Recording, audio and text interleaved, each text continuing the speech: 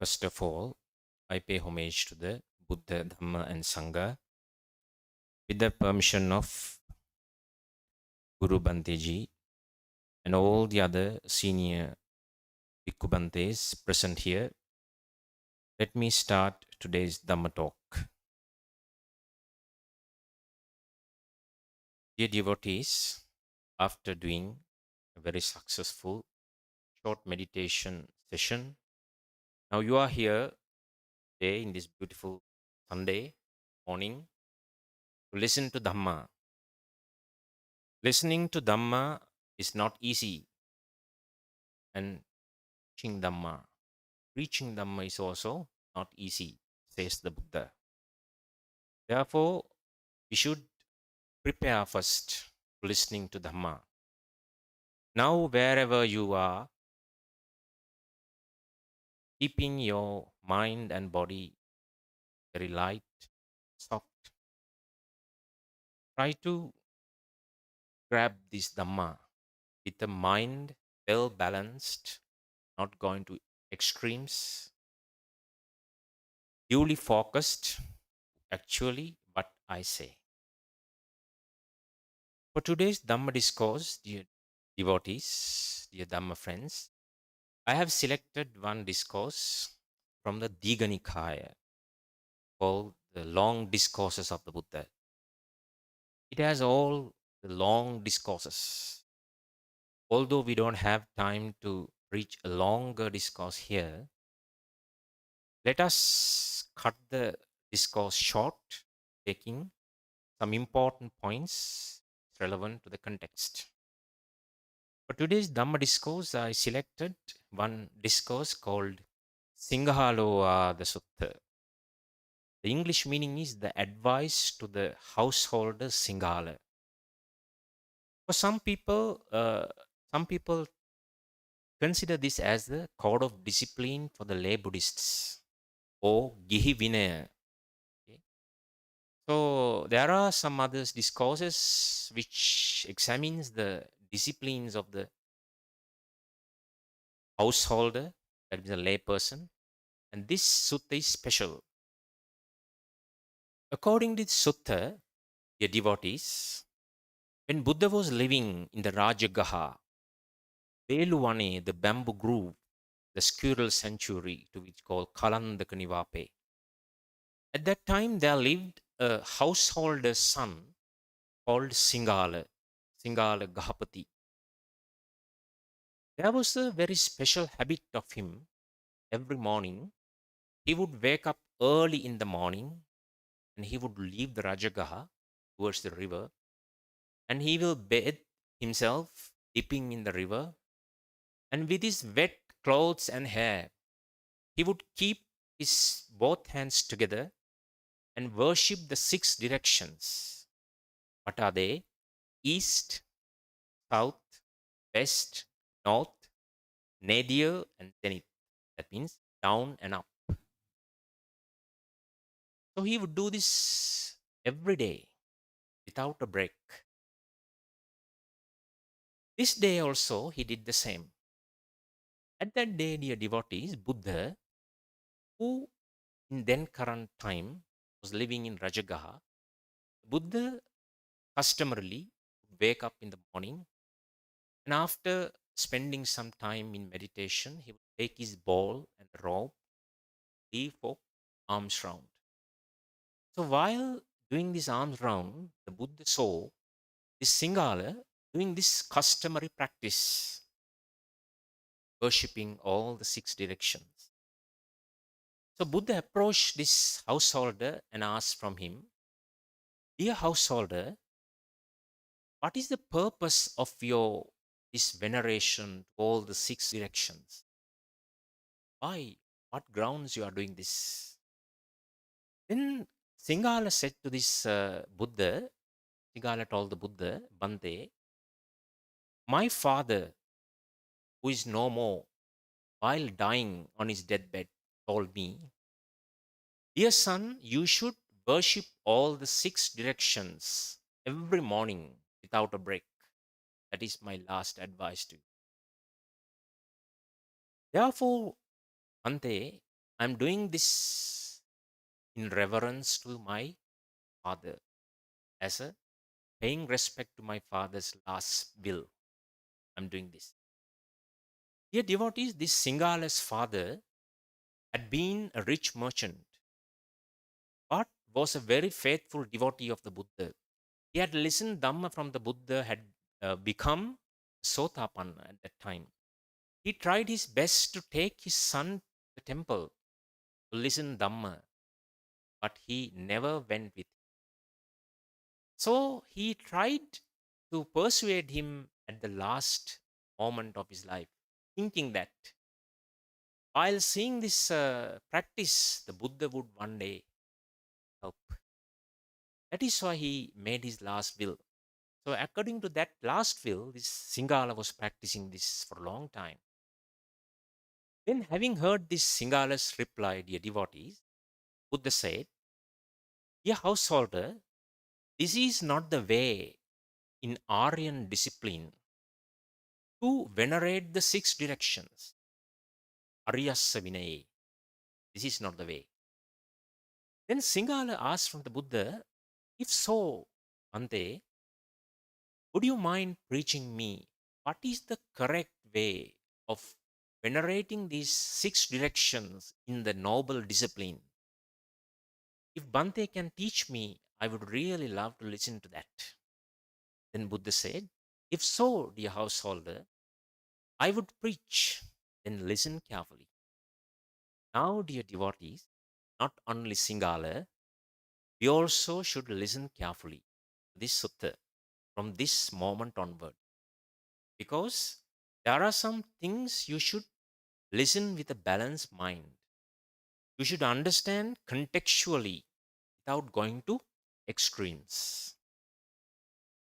So Buddha says, Dear Singala, in Aryan Vinaya, before worshipping the six directions, there are some ground preparations. That means there are some things you should clear by yourself. Buddha says, dear householder, there are 14 things that you should avoid, you should get rid of before venerating these six quarters. Just like that, we are preparing the ground before doing Bodhi Puja in the temple. Now, Buddha said these 14 things this householder should look into and make sure that he would not do this. What are they? The first one is Buddha says to the Singala householder, you should first give up four actions. Chattaro kamma kilesani. Four actions of defilement from your life. That means you should avoid doing four things in your day to day life. What are they? You know them. Panatipata, Adinnadana, Kami Sumichachara, Musavada. Panatipata means taking life, should avoid. Adinnadana, stealing, you should avoid. And Kame Sumichachara, sexual misconduct, you should avoid. And Musavada, false speech, you should avoid. These are called Kamma Kilesa, dear devotees, because they would defile your Kamma wherever you do that. That is a corrupting effect it has on your Kamma. Therefore, you should avoid these four.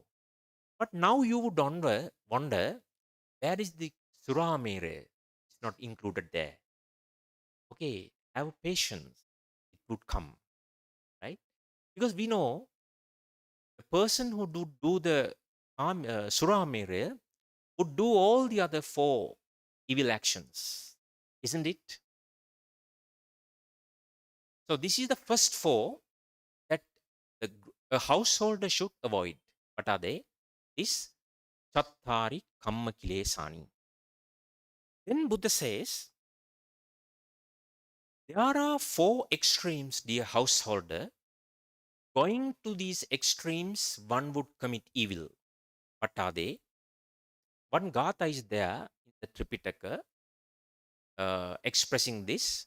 Chanda dosa baya moha yo dhammang ativattati nihiyati tassayaso kala pakkeva chandima. What are they? Chanda dosa baya moha. Chanda means desire. Buddha says, led by desire does one commit evil.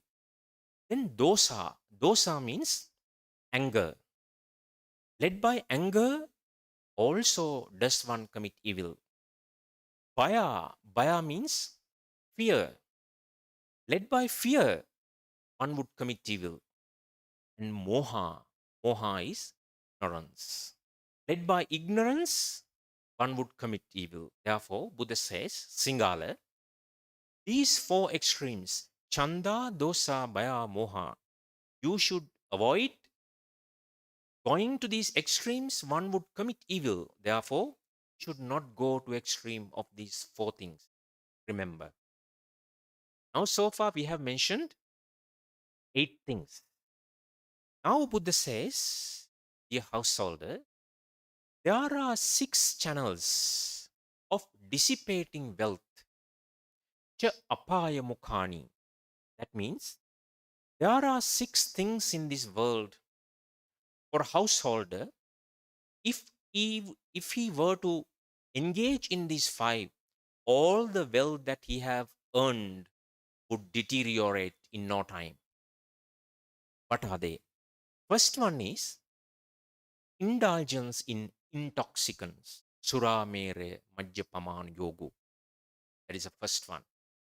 The drunkardness. What is the second one? Buddha says, sauntering in streets at unseemly hours. That means going in the streets, idling in the streets at unseemly hours. That means midnight, where the other people are not there. They would saunter. That means idling in the streets. What is the third one? Samajja bicharanang. That means frequenting the theoretical shows. That means always going to see some shows, some movies, some festivals, all fun making. But here, dear devotees, Buddha does not say that you should not go to them. But here, specifically mention frequenting is the bad. Going all the time is the bad. Going so many times is the bad. That is where you would deteriorate with your wealth. The fourth one is indulgence in gambling. Gambler, who would put away some money for gambling and lose their money. That is the fourth one. Then fifth one comes association of evil friends. If you associate evil friends, Buddha says, your money will be deteriorated. That is the fifth one. One comes the last is the habit of idleness. That means you are always lazy. You would postpone all the important facts, telling that today is too cool, therefore I can't work. Today is too hot, therefore I can't work. Today I am so tired, I can't work. Today I am too full, I have eaten a lot, I can't work likewise. So these 6 channels of dissipating wealth one should avoid, says the Buddha. Now the ground is prepared. Now Buddha says, avoiding these 14 evil things, dear householder, there comes the time that you should venerate the 6 directions. Dear devotees, here now the Buddha is going to attribute some meaningful things to these 6 direct venerations. This technique is called in modern psychology sublimation. What do you mean by sublimation? That means directing one's negative behaviors, negative drives towards some positive and useful, productive results. For an instance, if there's a person who is very aggressive, is very bad tempered, he can start doing a sport which takes a lot of aggression. For an instance, kickboxing or karate, likewise. Okay? That means his natural tendency of aggression is directed towards some productive effect. This technique is called sublimation. But now the modern psychology would think that this psychology is very modern. But here we can find, dear devotees, Buddha had been using this technique 2500 years ago to direct some negative practices, negative behaviors of people towards some positive direction which is productive and useful. Here Buddha says, dear Singala, now you have this practice. Now I would redefine this practice in this way. In what way? From this Gatha, dear devotees, I started today's Dhamma Discourse. Can you remember? Mata Pita Disa Pubbha. What is that? Disa Pubbha means Pubbha Disa, that is east. Direction of east is Mata Pita. Your mother and father is the east. Acharya Dakkhina Disa. Your teachers and your instructors are the south, Dakkhina Disa. Uttadhara Disa Pacha. Your wife and the children are the west. Mitta Machacha Uttara. Your friends and associates are the north. Now we have covered the four. Then Dasa Kamma Kara Hetta. Your the people who are working under you, your servants and all the people who are working under you are the nadir, that is the downward direction. Uddhang Samana Brahmana. The clergy, the religious people are the upward direction, which is the zenith. Now, this is the redefinition given by the Buddha to Singala. Then Buddha adds, Eta Disa Namasseya. These are the directions one should venerate. Venerate by whom? Alamatto kulegihi. Alang atto kulegihi, meaning a person who has earned something in virtuous ways. That means a wealthy person. Kulegihi, wealthy household. This indicates, dear devotees, Buddhism always encourage people. It is true that Buddhism is a salvific religion. It takes you to Nibbana. But before that, you should live a better life in this world. Buddhism never rejects that. Some people would try to attribute a one sidedly salvific effect to Buddhism, saying that Buddhism only teaches how to go to Nibbana. But this worldly affairs, the secular affairs of the noble people, the householders, it has forgotten. No. This sutta is a shining example to say that Buddha has focused some attention towards the welfare and the benefit of the layperson who has not attained the Nibbana yet. So, Buddha, in this way, dear devotees, attributed these six group of people to these six directions which had been venerating by the Singala, the household. Then, dear devotees, you should know that these six directions Buddha mentioned because there are some obligations one the householder should do towards all these group of people. Who are they? Your parents, your teachers, your family members, your friends, and the people who are working under you, and the religious personnel, that means the clergy. So, dear devotees, it is better that if you can have an understanding, what are the things you should perform towards all these group of people. But today we don't have time to examine all these things. But let us take only three groups of people very briefly to see what are the things that a householder should perform towards them, and in return, in what ways they would reciprocate these things that he would do.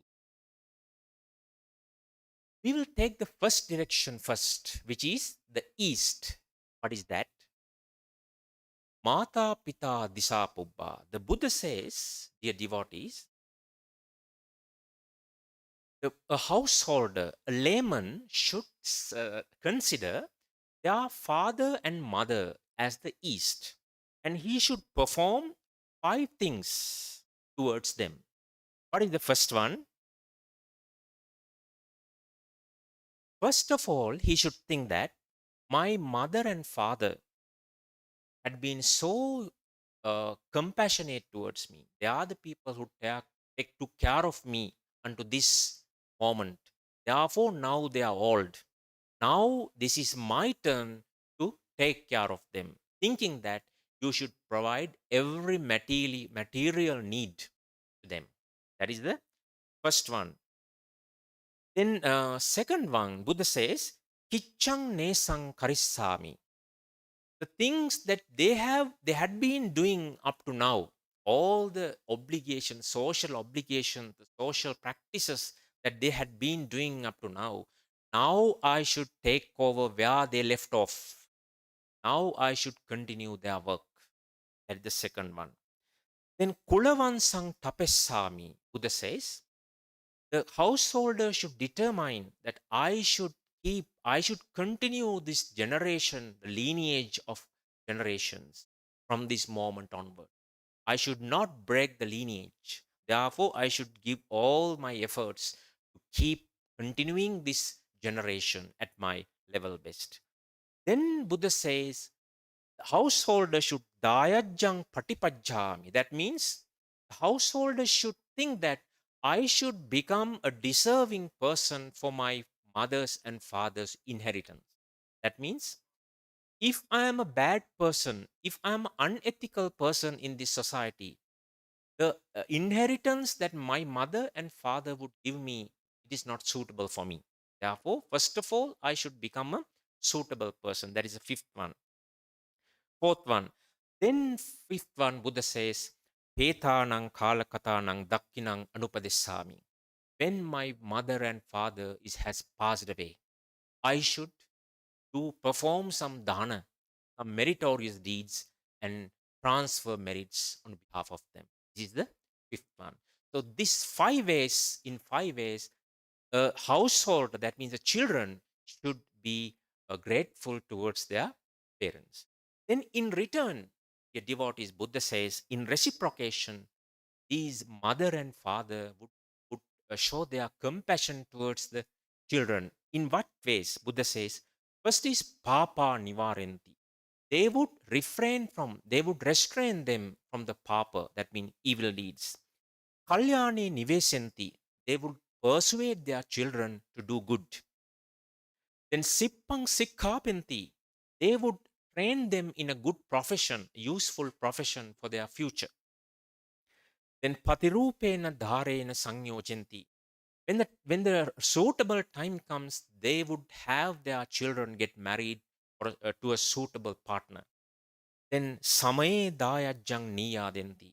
When the time comes, they would give their inheritance, whatever the resources they have, the properties they have, they will hand over to their children when the proper time comes. These are the obligations, dear devotees, the parents should perform their children. These are mutual obligations. If you fulfill your obligations, definitely in return, in reciprocation, they would perform their obligations towards you. This is the first direction. Then, dear devotees, another very important direction which we should focus our attention, that is, what is that? I will take the West. What is the West? Uttadhara Disa Pacha. That means wife and the children. Although this says wife and the children, dear devotees, This is applicable for both parties. All the male people should think that this is for me, and all the wives, that means female party, should think that this is for me, right? So Buddha says a husband should perform these five things towards his wife and the children. What are they? First one, sammanataya. The husband should be respectful towards the wife. Always should treat with a compassionate mind. Then anavamanataya. A husband should not insult the wife at any rate. That was a patriarchal society in Buddha's then current society. Therefore, Buddha had been very careful for the protection of the women. So then Buddha says, anaticharyaya.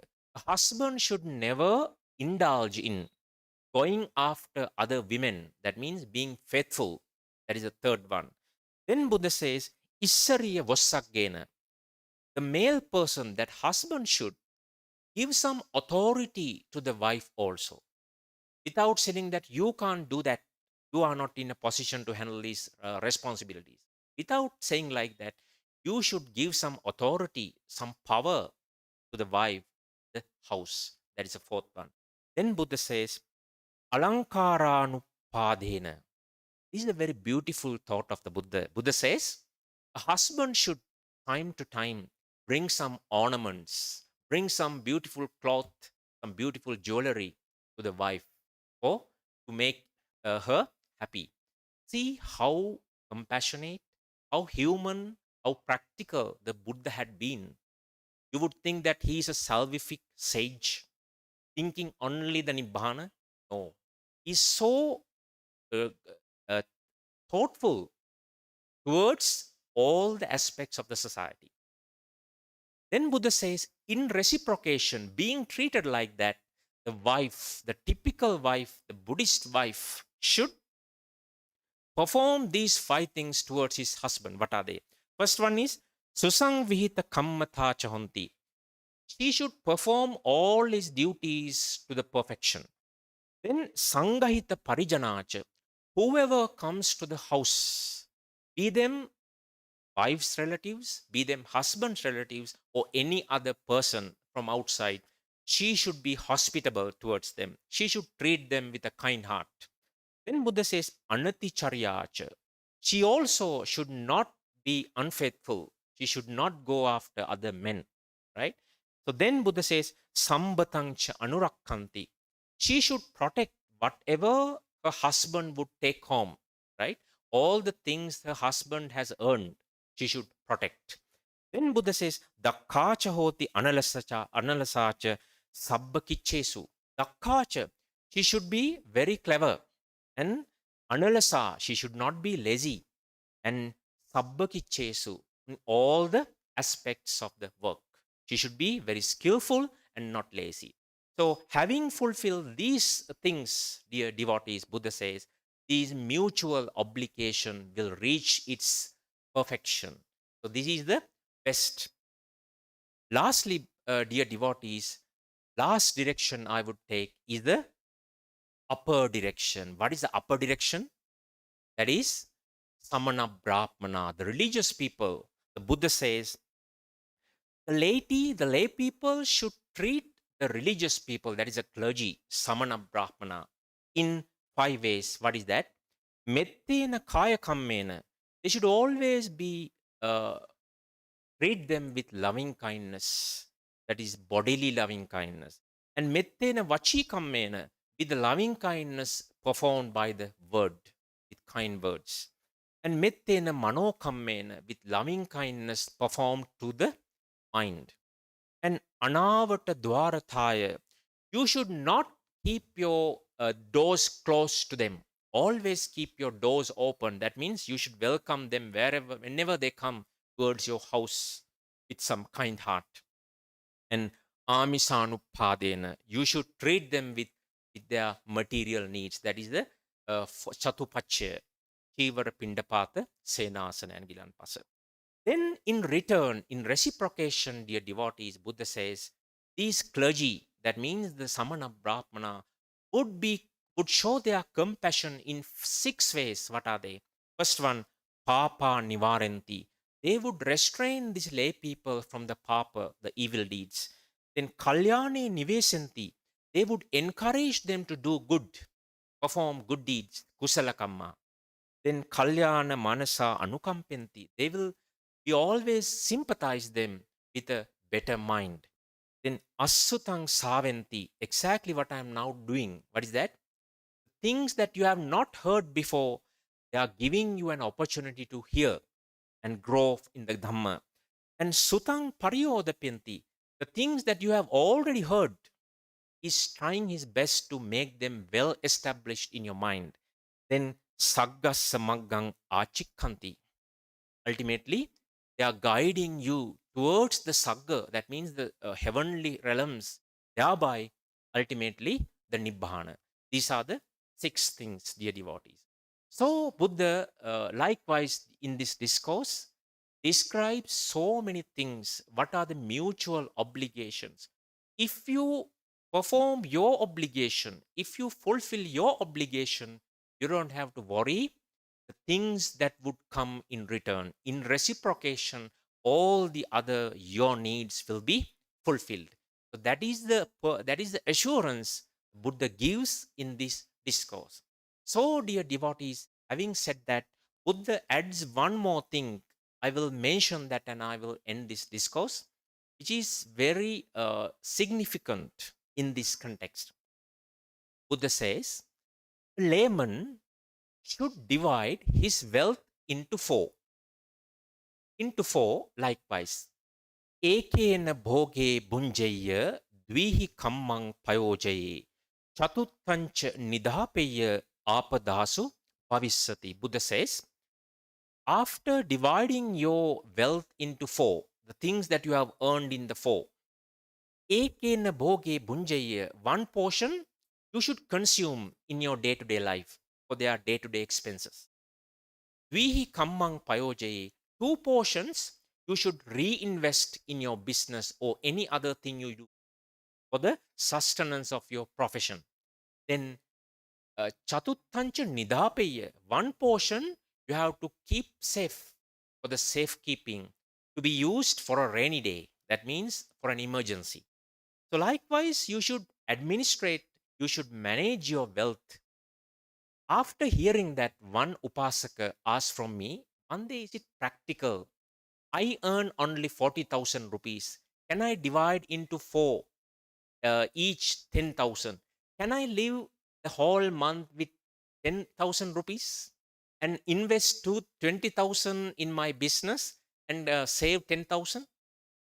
It is not practical, Bante. Why Buddha said like that? But I asked him in return, did Buddha ever say to divide into four equal parts? No. He only asked us to divide into four parts only. You should know what are the portions you should divide it. For a businessman, this would fit, but for some people, it would not fit. You should be mindful, you should be wise to apply this Dhamma contextually with some intelligence. So, having said that, dear devotees, I don't have time to clear all the sutta, all the things with you, although it has so many beneficial things in this sutta. So, in this sutta as a whole, you can see how modern, how updated are these Dhamma.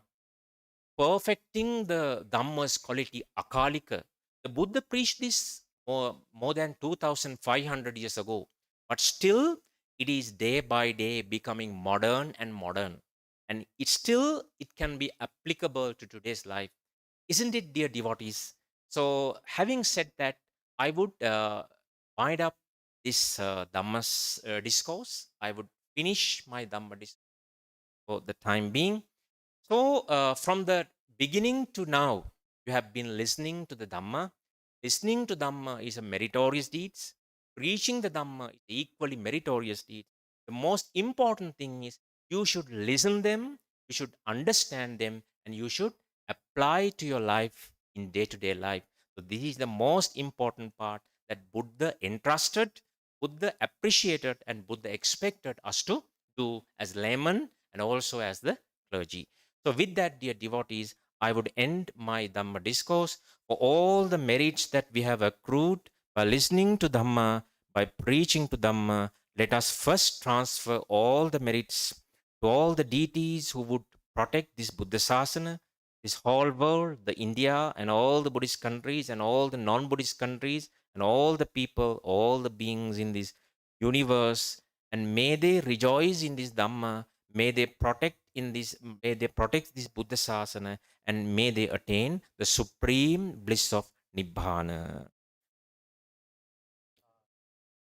And also, let us transfer all the merits that we have accrued to all the departed relatives and all the soldiers who have sacrificed their life, limb, and liberty for their motherland, and all the named and unnamed people who would recall into our mind.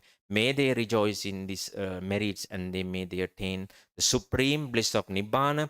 And all the people who are living at the moment in this universe, may they rejoice in this Dhamma.